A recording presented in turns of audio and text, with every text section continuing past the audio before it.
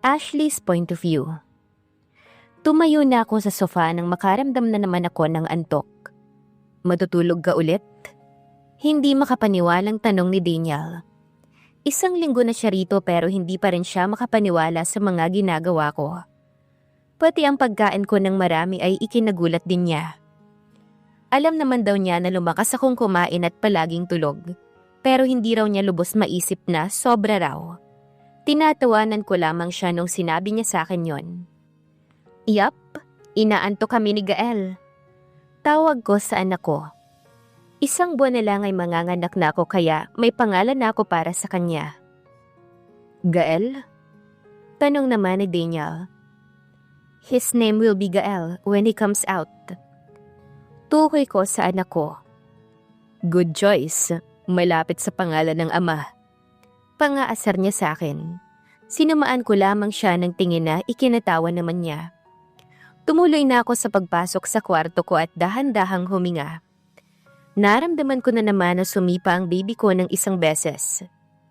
Behave, Gael. Mommy is going to rest for you. Huminga ko ng malalim. Ilang linggo na lang magiging mommy na talaga ako. May tatawag na sa aking mommy. I will do everything for you, my love. Kahit wala kang ama na kalalakihan. Hindi ko hahayaan na mapahamak o mapano ka man lang.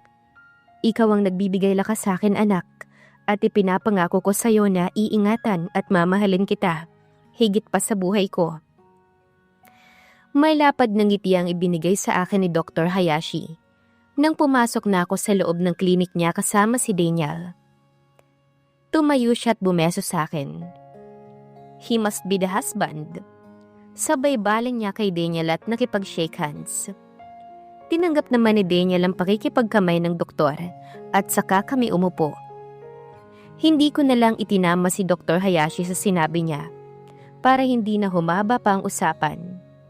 Sigurado ko na nagtataka rin siya dahil simula umpisa, si Raul na ang kasama ko sa mga check-ups ko.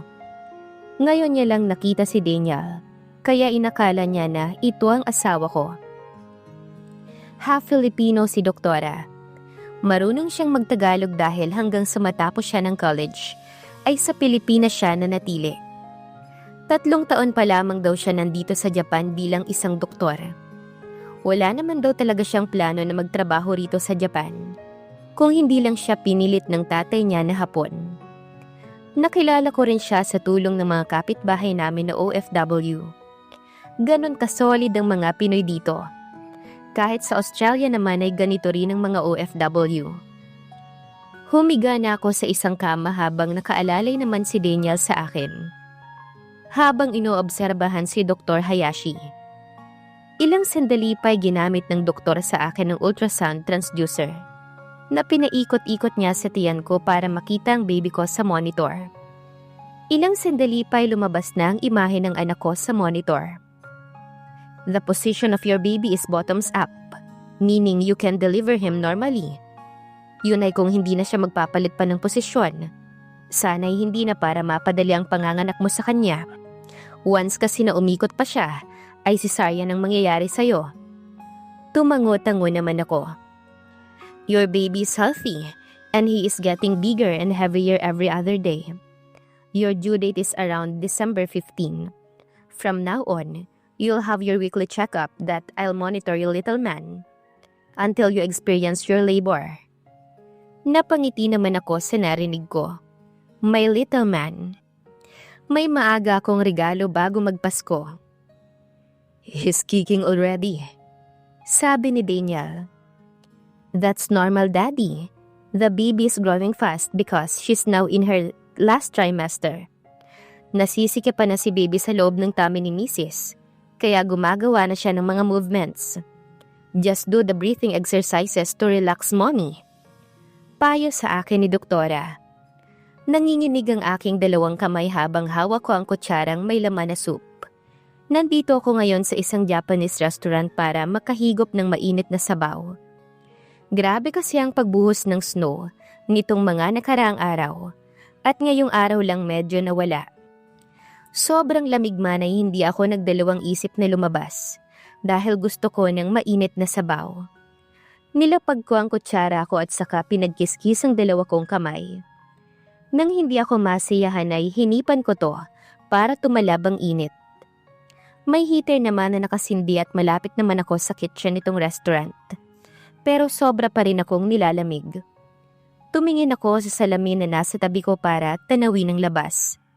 Busy pa rin ang mga tao kahit na may snow. Siguro ay dahil sanay na sila sa ganitong pamumuhay. Huminga ako ng malalim. Kung babae lang ang anak ko ay Snow, o di kaya Spring ang ipapangalan ko sa kanya. Today is the 5th day of December. Dapat ay nagpapahinga ako sa bahay dahil kabuanan ko na. Pero okay lang din naman ang lumabas para makapaglakad-lakad ako. Kailangan ko yun para mabilis akong makapanganak. December na kaya nag-uumpisa ng umulan ng snow. Humigop ulit ako ng sabaw. Napangiti na lang ako sa halip na masakta ng gumalaw ang baby ko. Hindi ko alam kung umikot ba siya o ano. It feels weird. Siguro nagustuhan din niya ang soup. Nagpaluto ka na lang dapat ng soup kay Raul. Baka ginawin kayo ng anak natin. Napalingon ako kaagad sa lalaking nagsalita sa likod ko. Nabitawan ko ang kutsarang hawak ko. Gabriel? Ngumiti naman siya sa akin at yumuko sa tapat ko. Akala ko'y kung ano ang gagawin niya pero hinalikan niya ang tiyan ko. Nanggilid kaagad ang luha sa mga mata ko sa ginawa ni Gabriel. Nang mag-angat siya ng tingin ay ninitian niya ako. Don't cry my love, I am here now. Sabay punas niya sa isang butil ng luha na nalaglag gamit ang hinlalaki niya. Hinila niya ang silya na bakante na nakalaan din sa mesa ko at umupo malapit sa akin.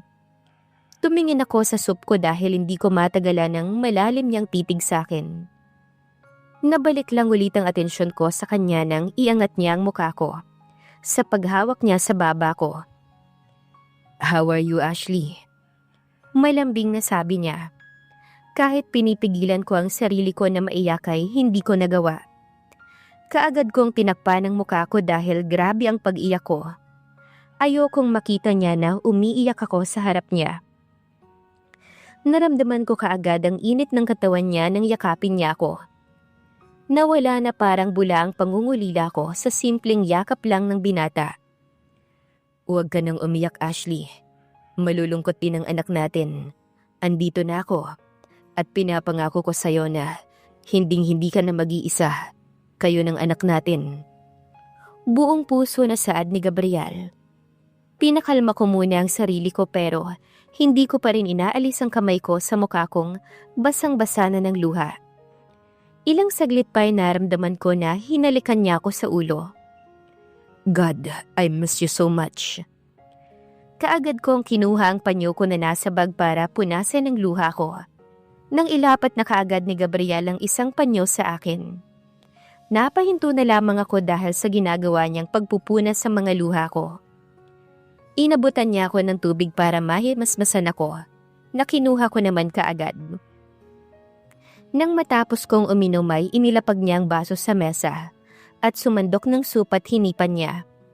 Akala ko ay siya ang hihigop kaya nailang ako nang itapat niya sa akin ang kutsarang may soup.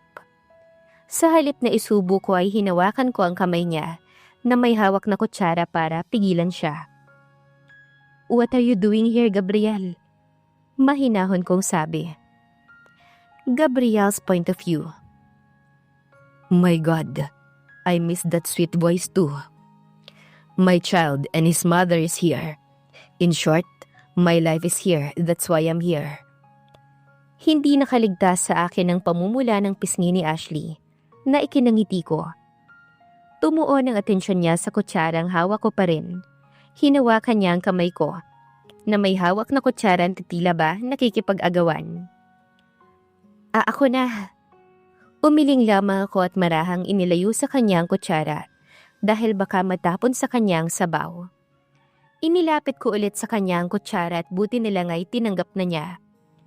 Wala kaming kibuan hanggang sa matapos ko siyang subuan ng soup, ay naubos niya na ito. Uuwi ka na ba? Inipit ko ang ilang buhok ni Ashley sa kanyang tenga. Tumango naman siya nang marahan sa akin. Oo, hindi ako pwedeng malamigan ng sobra. Ikaw, saang hotel ka ba tumutuloy? Napangiti ako ng bahagya sa tanong niya. Ang totoo niyan, 5 araw na akong sa apartment ni Raul tumutuloy. Nakita ko ang gulat sa mukha ni Ashley. Bakit ngayon ka lang nagpakita sa akin? Hinawakan ko siya sa baywang at inalalayang tumayo. Halika na, iuwi na kita. Mamaya na tayo mag-usap. Lalamigin ka na masyado.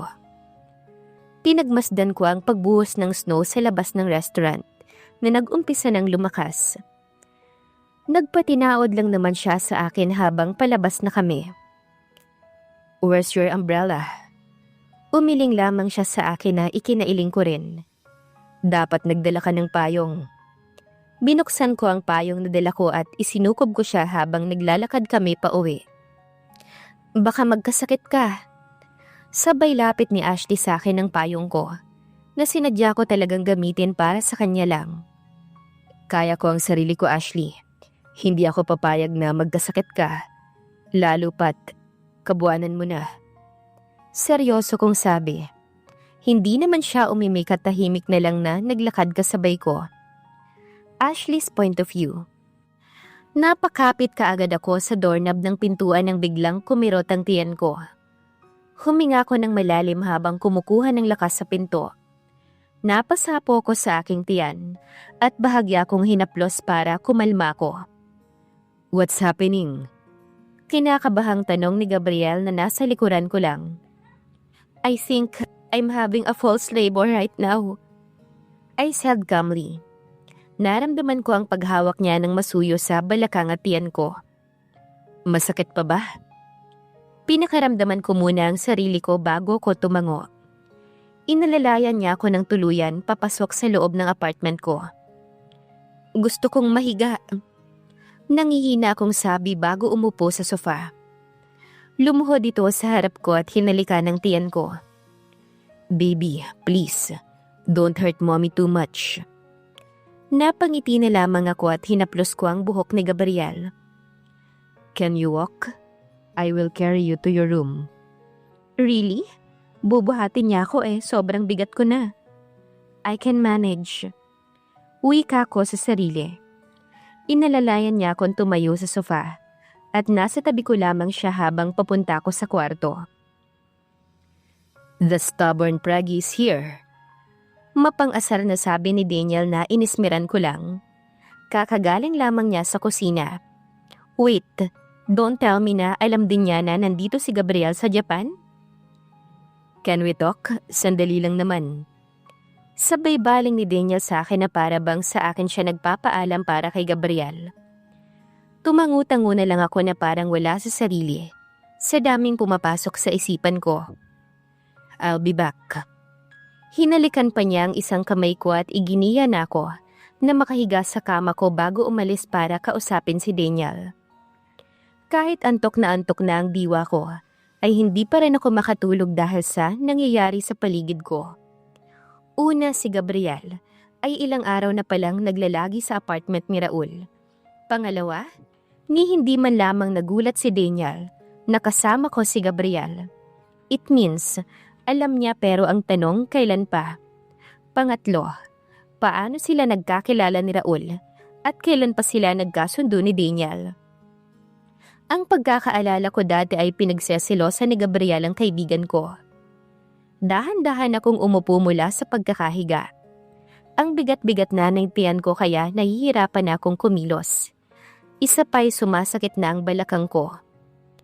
Gabriel's point of view. Saan mo naman nakitang matigas ang ulo na buntis na yon? Natatawa-tawang tanong ni Daniel sa akin. Doon nga sa restaurant na sinabi mo malapit dito. Natatawa ko na ring sagot. Simula kasi nang maglihi si Ashley. Yung restaurant na yun lang ang nagustuhan ni Ashley na kainan. Kapag nagtatry kami ng ibang restaurant, ay hindi niya inuubos ang pagkain niya. O kung hindi kaya ay isusukan niya lang pagkatapos kainin. Nakaramdam ako ng lungkot sa sinabi ni Daniel. Masakit isipin na wala ako sa tabi ni Ashley. Simula pa lang nang magbuntis siya. Ilang beses ko ring binalikan si Daniel sa bahay niya na itinuro ni Rose. Madalas ay hindi ko siya naaabutan sa kanila at laging nasa ibang bansa kaya maraming beses akong nagtangka na malaman kung nasaan si Ashley. Nung una ay matigas talaga siya sa akin. Pero nakita naman niya na seryoso talaga ako na gusto kong makausap si Ashley. Wala akong kaalam-alam na buntis siya. Kung hindi lang sinabi sa akin kaninang umaga ni Daniel. Ang usapan lang namin bago ako magpunta rito ay doon muna niya ako patitirahin sa bodyguard ni Ashley na si Raul. Ayaw daw niyang biglain si Ashley at baka raw kausapin muna niya para maliwanagan. Pero mukhang hindi gumana. Salamat ng sobra, Daniel. Kung hindi mo pa rin ako dinala rito, ay hindi ko na alam ang gagawin ko para mahanap si Ashley. Alam ko namang deserve ko ang lahat ng nangyari sa akin. Pero hindi ba pwedeng maging masaya naman kami? Gusto ko na ulit bumuo ng pamilya kasama siya. Lalo ngayon na magkakaanak na kami. At alam ko na marami akong nagawang kasalanan kay Ashley. Pero lahat ng yun ay pinagsisihan ko na. Mahal ko ang asawa ko.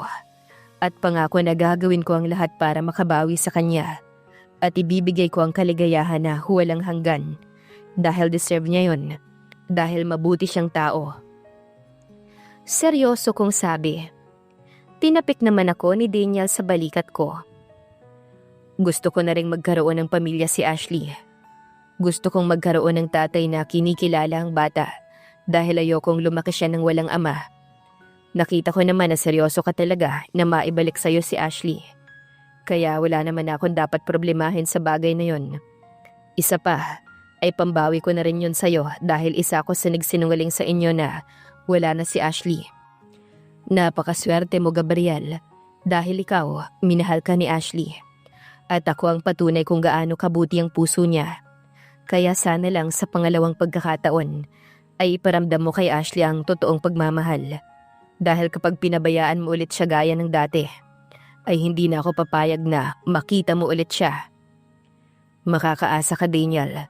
This time, itatama ko na ang lahat. At gustong-gusto ko talagang makausap si Ashley noon pa. At gusto ko ng personal na paliwanag mula sa kanya na alam kong hindi na sinadyang matamaan ako ng armas. Pero nag-aalangan ako ngayong kausapin siya dahil sa lagay niya. Kanina nga nang makita ko siya na kumapit sa pinto, ay hindi nakaiwas sa akin ang sakit na nadarama niya. Pakiramdam ko ay nararamdaman ko rin ang sakit na yon. Ayoko siyang makita na ma-stress at baka sumakit pa ang tiyan niya. Lalo pa ngayon na kabuwanan na niya. Basta, just promise me to take good care of Ashley and the baby. Love them with all your heart. Hindi naman maiiwasan na hindi mo siya masaktan dahil parte ng pagmamahal yon. Pero sa ngayon sana, maayos niyo na ang tungkol sa inyo at sa nag-uumpisa ninyong pamilya. Pag-uusap, iyon ang kailangan ninyo. Salamat ulit. Siyempre naman, aalagaan kong mabuti at mamahalin ng mag-ina ko. Silang buhay ko at lakas ko. Pero kapag nanganak na si Ashley, ay saka ko na siya kakausapin tungkol sa bagay-bagay na tungkol sa amin. Kumunot ang noo ni Daniel sa sinabi ko. Kabuwanan na niya, kaya ayoko muna siyang ilagay sa stress. Sa ngayon, gusto ko na mag-ready na siya kapag lalabas na ang baby namin. Ngumiti lang ng malapad si Daniel sa akin. Congratulations by the way, pare. Thank you. Kahit late ko nang nalaman. Pagbukas ko ng pintuan ng kwarto ni Ashley, ay nabungaran ko si Ashley na nakaupo sa kama habang nakasandal sa headboard. Abalang-abala siya sa paggamit ng cellphone niya. Umupo ako sa tabi niya at huminto rin siya sa ginagawa. Tapos na kayong mag-usap ni Daniel? Oo. Inilapag niya ang cellphone niya sa mesang malapit at saka hinawakan ng dalawang kamay ko. Pwede bang ako naman ang kausapin mo? Napangiti ako ng palihim. Para kasi siyang naglalambing sa tono ng pananalita niya. I can't imagine na naging miserable siya dahil sa akin. Tungkol ba saan? Naramdaman ko ang bahagya niyang pagpisil sa dalawa kong kamay. Tungkol sa lahat-lahat, Gabriel. Tungkol sa kung paano kayo naging close ni Daniel. kung paano ka napunta sa apartment ni Raul, kung paano mo nalaman ang exact address ko, gayong si Daniel lang nakakaalam. Pati nga ang dalawang kasambahay ko rito ay hindi nila alam ang eksaktong lugar namin eh. Pati nag-usap kayo ni Daniel ngayon lang. Ibig sabihin, hindi ito ang una niyong pag-uusap. Mahabang paliwanag ni Ashley. Halatang alam na niya ang mga itatanong niya. Bago ko sagutin ang mga yan, pwede bang ipaliwanag mo muna sa akin kung bakit ka umalis ng Pilipinas nang hindi personal na nagpaalam sa akin? Kung bakit sulat na lang naiwan sa akin? Saka kung hindi ka pa sa akin sinabi ni Daniel na buntis ka, ay alam kong hindi pa ngayon malalaman na magkakaanak ka na. Halatang desidido ka talaga na buhayin mag-isang anak natin. Pero hanga ako sa tapang mo, Ashley. Yung iba nga riyan, inaalis o hindi kaya ay naghahanap ng ibang maaasawa para mabuhay ang anak nila. Kahit noong meron ka pang dissociative amnesia noon, pinipilit mo pa ring makaalala, sabi ni Daniel. Alam ko kasi na may nawawalang parte sa akin sa pagkatao ko. Ikaw yon, Gabriel, ikaw. Kaya kung hindi ka naniniwala na hindi ko sinadyang pagkabaril ko sa'yo, ay hindi ko na alam kung anong paliwanag pa ang gagawin ko. Basta sobrang mahal pa rin kita para magawa ko ang bagay na yon. Kaagad kong pinahid ang luha sa mga mata niya. Shh! Don't cry, my love. Alam ko na hindi mo sinasadya yon. Kaya stop explaining na. Saka na tayo mag-usap kapag nakapanganak ka na. Sa ngayon, hindi ka pwedeng ma-stress. Baka maging iyakin si baby. Gumaan ang pakiramdam ko nang ngumiti siya sa akin. Pero okay na tayo? Oo naman. Aayusin natin to para sa ating dalawa at kay baby. Hinaplos ko ang tiyan niya. Babalik ka na ba sa apartment ni Raul mamaya? Ha? Bakit? Dito ka na lang matulog sa tabi ko, please. Anytime, puputok na ang panubigan ko. Natatakot ako nang walang kasama. Naawa naman ako sa itsura niya. Alam kong nahihirapan na siya sa laki ng tiyan niya. Pati sa paghilab nito minsan. Oo naman, aalagaan kita, Ashley. Maliligo lang ako sandali. Babalik ako rito. Bring your stuffs here. Dito ka na sa akin. Hindi ko na napigilan ang sarili ko na bigyan siya ng halik sa labi. Sa labis na kaligayahan. Tama si Daniel. Napakaswerte ko dahil si Ashley ang babaeng dumating sa buhay ko. Magtuloy-tuloy na kayang magandang simula ni na Ashley at Gabriel? Abangan ang huling kabanata ng ating kwento. Please like, share, subscribe for more updates. Maraming salamat po.